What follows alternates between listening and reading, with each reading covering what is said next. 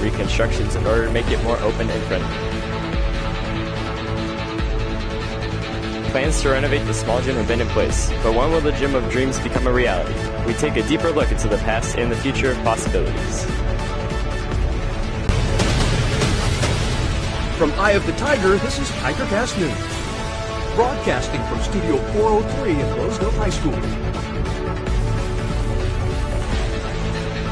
Good morning and welcome to an all-new TigerCast News. I'm Preston Walter. And I'm Austin Daly. Next year, seniors will have to pass a new online financial literacy course in order to graduate. From what I understand, it's an online course. It's 1 unit. It would take students about 20 hours to complete. And our district is going to be sending out communication to all junior and senior families. This move comes after a board resolution that was passed last month. In other breaking news, there will be substantial change in the yearbook program next school year.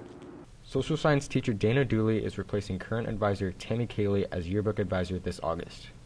Oh, I'm definitely excited. It's going to be a challenge because this is the first time I will be confronting a non-content-based class.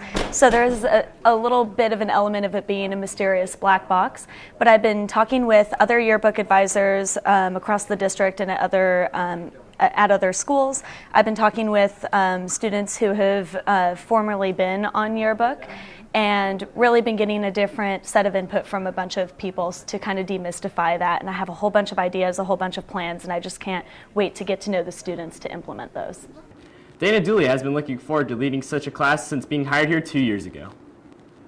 Recently, the office has had some reconstructions going on. We go to Nick Chang with the story. Hi, I'm here in the office heading over to the College and Career Center where there have been some renovations. As you can see over here at Miss Dorsey's desk, the wall surrounding her area has been taken down and removed. Also over here behind me, over here at the College and Career Center, the divider has been taken down, making it a much more open and friendly place. The changes here at the office will make it more safe and inviting to anybody coming into the office. But the person these changes affect the most are the College and Career Center coordinator, Ms. Sider, who helped make the change. We wanted to create a friendly, inviting, and warm atmosphere for parents, students, and staff. The walls weren't only taken down for looks, the move was also designed to improve safety. First of all, it's a safety issue. From now, without the walls, we have a nice vantage point from the back door to the front door. Overall, the change seems to be working for the office staff and students alike. Well, I know when I first came in, it really surprised me because I knew Miss Sider was talking about it with us. She was like, "Oh, do you guys think it would be more open?" And I think it is more open. It feels more like we're connected to both of them, and now we can like talk to them, and more students when they come and feel like it's better because like having the wall was just like concealing poor Miss Sider over there. So I think it's a good thing that's more open. Thanks, Nick. Be sure to check out the new renovations when visiting the office. This year's Junior Prom Corps has been chosen and will be presented at a different kind of assembly than normal. In past years, the Junior Prom Corps is traditionally presented at a rally in the gym for the whole school. The assembly instead will be held in the Patty Baker Theater for juniors only. So this year's Junior Prom Corps won't be walking in the rally. The rally will be the following Friday after April 17th. And so we'll just do assembly in the Patty Baker Theater with all the junior class, and they'll still do their walk and their court video, and they'll do voting right there in the theater. Juniors, remember, the assembly will be on Friday after your second period. This week and the week after, Chromebooks will be occupied by the SBAC testing. A lot of teachers may be affected by this due to the fact that they integrate Chromebooks regularly into their curriculum. Having the Chromebooks during the SBAC testing, it won't be that difficult for us. We just are either going to postpone some of the assignments where we would need the Chromebooks, so it shouldn't be that big of a problem. The Chromebooks will return next week after testing. To go over the testing schedules, yesterday and tomorrow, along with the following Tuesday and Thursday, the school schedule is different. For the students testing, they come to school at regular time and test till 9:40. First period begins at 9:45, and your lunch depends on your second period. Now over to Nick Trezzo with sports. Thank you, Preston. If I told you a Gym of Dreams could become a reality. The small gym sits on campus as a relic, and there have been plans to renovate or relocate it. It's time for the TigerCast Sports Network's special presentation, of T5 Gym of Dreams.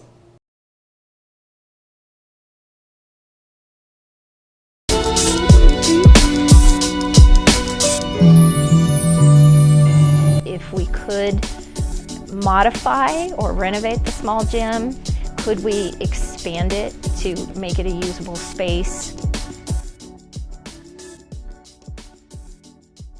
What if I told you that a gym of dreams could become a reality?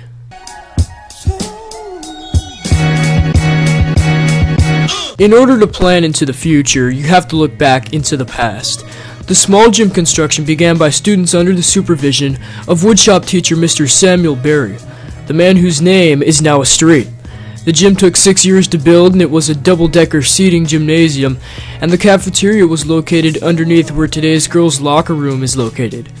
At the time, the establishment of the gym must have seemed like a great feat, but as time goes on, buildings lose their youth and luster. Those who have made the gym their stomping ground during their respective season more than any other sport are the basketball players. Played in it a long time, 4 years, off and on.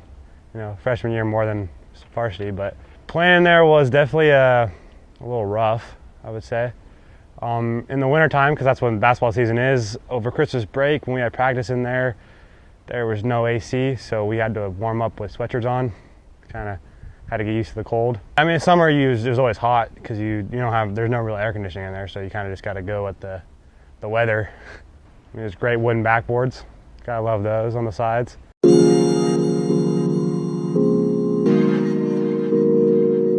The two main baskets are one of the things that really are real baskets, I would say. The other ones don't even have I don't even think they have springs in them or anything, so it just clanks off. Yeah, the floors have always been a little tricky. Freshman or sophomore year, we had practice in there a lot, and we'd always have to use the mops, and it wouldn't even really help at all. I remember we practiced in there with Bryce for freshman year. We were playing Tiger ball, and since there's no the stage is right there on the baseline, and the walls are so the court. He almost I think he did went full bore into the cement wall with his head or something like that, because there's nowhere to stop in there. I mean, there's no room to break or anything. You just run right into the stage or the wall or something if you're sprinting. The stairs are, I remember when you walk up, if a ball goes down there, you have to really be careful. There's a little ledge too when you go down, you hit your head on it sometimes if you're taller. So we used to use the small gym for volleyball tournaments and league games, and also for basketball, both boys and girls. And so it was utilized a lot more than just PE facility.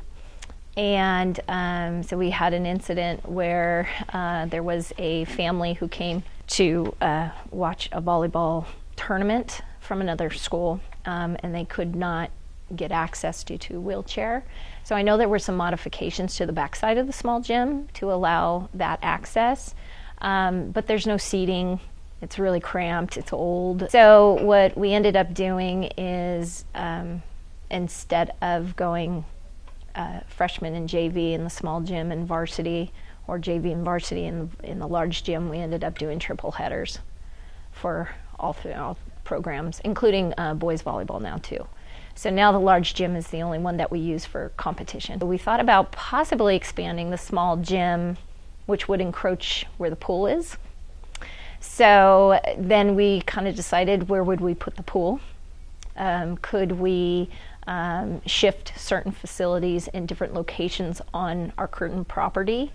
And so we thought, we've got this field, this baseball field that's been traditionally here since the 50s, even before it used to be a meeting place in the 30s, that was built back when Roseville wasn't as big, so they didn't think they were going to need all that space. So now we've got this little baseball field in the middle of our campus, and so one of the ideas was to move Richards Field off campus, possibly to, there's a green belt that's behind the fields out there that belongs to the cemetery. And so they thought about maybe possibly building Richards Field out there, which would give them more space and more fields and less congestion. So we thought maybe the pool could go out there. along with maybe bringing back tennis courts back onto our campus because that had been taken away since portables. But back in the day, the cemetery there's something on record that there was a possible lease for $1 a year. Well, I think the community has a huge impact because a lot of it comes down to funding, and so there's community bonds that have to be passed. That means community members do buy in to advancements on schools in the community. As far as a timeline of when things are going to take place at the small gym, there really isn't anything right now. We just really don't know what to do with the space, and really it comes down to money. I mean, we've come up with some creative ideas on what we'd like to see happen, but financially, I mean, those are big moves. So it's just taking little pieces and shifting them around and just seeing how everything fits. But then, is it cost effective? Is it something that's going to benefit a lot of programs, not just one? So there's a lot of things when it comes to renovation. Why are we renovating? Futuristically, how is this going to help programs? Who's involved? And that kind of stuff. So We will keep you updated on any plans going forward. Track star Arturo Sotomayor is continuing his outstanding season as he has posted the 4th fastest 800-meter time of any high school runner in America this year. Roseville track star Arturo Sotomayor participated in the Stanford Invitational, eager to build momentum. All right, so I came into the senior year season some strong times. I hadn't really had a solid race until the Stanford Invitational race, which was on April 3rd and 4th. I just wanted to go out there and run a fast time. Sotomayor posted the 4th fastest boys 800-meter time in the nation at the meet. The time that I hit is significantly fast. As you can see, 4th in the nation is no joke for early season. Such as myself, an early season runner such as myself. So I'm planning on keeping my national ranking, nothing below 10th. Although Arturo posted a strong time, he admits he has room to improve. First lap, it was on pace. They took it a little fast, but I raced smart and kept to my pace. Second lap, I messed up by taking it out and passing the guy who got first, the guy who beat me. I passed him on the 3rd 200, and I gassed it too much there, and coming into the finish, he outkicked me. Sotomayor is proud of his prestigious accomplishment and looks to pursue a national title. Still running a really fast time, 152.2 is about 0.3 seconds off my PR. Stanford, I was just trying to get a state lead. That was my ultimate goal, and I did accomplish it. I am first in the state right now with that 151.2, and I plan to keep my state lead from here on out till state and win state championships. Arturo's next race is this Friday at Mount Sac in Southern California. Now back to you, Preston. Thanks, Nick. It's that time of year again. Summer is almost here, and so is the annual Roseville High School Senior Olympics. While the underclassmen are taking the CASP test, teams of 5 boys and 5 girls compete in a series of games with one victorious team of 10 seniors. Anyone can compete, and the games create inter-class rivalries. It's like an event where during testing for the underclassmen, the seniors come together and they make teams and they, participate in like rally games and other kind of competitions and stuff and see who's the best senior team. A friend of mine texted me and asked me if I wanted to be on a team with Dirty Mike and the boys, and I said yes. So that's how I got on a team. But Dirty Mike and the boys are prepared for anything. Awesome, we should be on the same team. We can finally compete in this. Sure. After 3 years of testing, it must be fun to end high school with a series of games like this. That's it for us today on TigerCast News. And remember, we're always on at iTheTigerNews.com. See you next time.